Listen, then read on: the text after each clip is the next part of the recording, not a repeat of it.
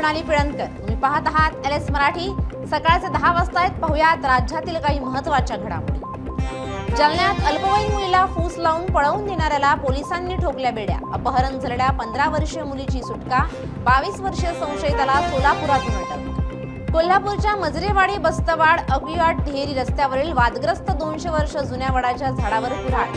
वाढते अपघात आणि रस्ते सुरक्षेचा प्रश्न लक्षात घेता निर्णय.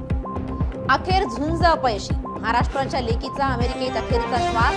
1 वर्ष 27 दिवसांनी नीलमचा मृत्यू. अपघातानंतर रुग्णालयात उपचारादरम्यान घेतला अखेरचा श्वास. नवी मुंबई महानगरपालिकेचा अंतिम अर्थसंकल्प मध्यरात्री 2 वाजता मंजूर. स्थायी समिती सभापतींकडून महासभेपुढे अर्थसंकल्प सादर. दिंडोरीतील 4 विद्यार्थ्यांचा पाण्यात बुडून मृत्यू. 2 वेगवेगळ्या दुर्दैवी घटनेत गेले विद्यार्थ्यांचे प्राण. परिसरात हळहळ व्यक्त. सांगलीच्या विटामध्ये जात पडताळणी कार्यालयाच्या विरोधात भाजपा ओबीसी मोर्चाचं धरणे आंदोलन. जात पडताळणी कार्यालयाच्या कारभाराची चौकशी करण्याची मागणी. वाशिम शहरातील रस्त्यावरील फळ विक्रेत्यांमुळे रहदारीत नेहमीच अडथळा. अडथळ्यामुळे अनेक वाहतूक प्रभावित. वाहतूक पोलिसांकडून फळ विक्रेत्यांवर कारवाई. शिक्रापुरात कारला कंटेनरचा धक्का लागल्याने कंटेनर पेटवला. अज्ञात दोघांवर गुन्हा. अपघातानंतरचा वाद कारणीभूत.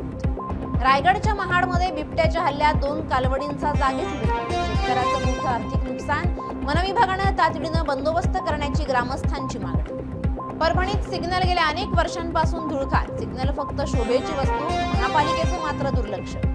या होत्या आताच्या घडीच्या काही महत्त्वाच्या बातम्या. अशाच महत्त्वाच्या बातम्यांसाठी पाहत रहा LS मराठी.